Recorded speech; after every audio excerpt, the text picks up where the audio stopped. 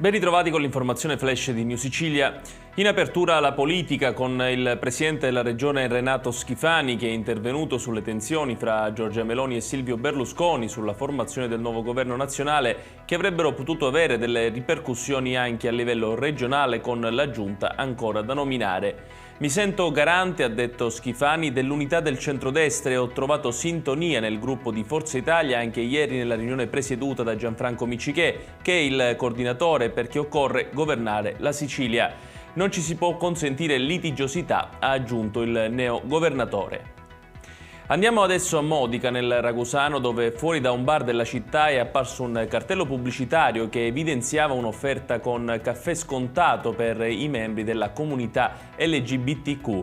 La discutibile trovata del proprietario del bar non è passata inosservata, scatenando forti polemiche. Emanuele Micilotta, vicepresidente dell'Arcighei Ragusa, ha definito la campagna pubblicitaria un atto discriminatorio e ha chiesto l'immediata rimozione del cartello.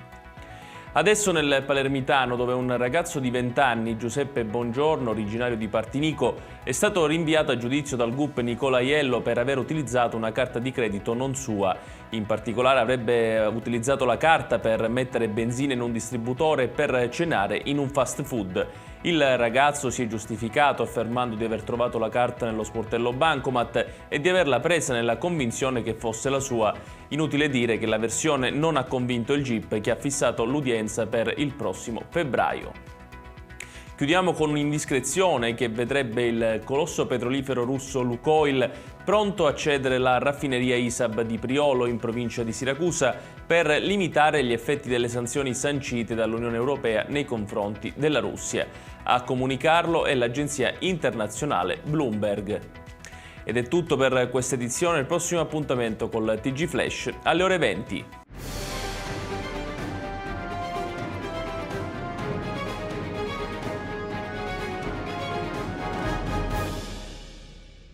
Procar, centro assistenza autorizzato BMW e Mini, adesso anche BMW Motorrad, via George Marshall 7, Mister Bianco, Catania.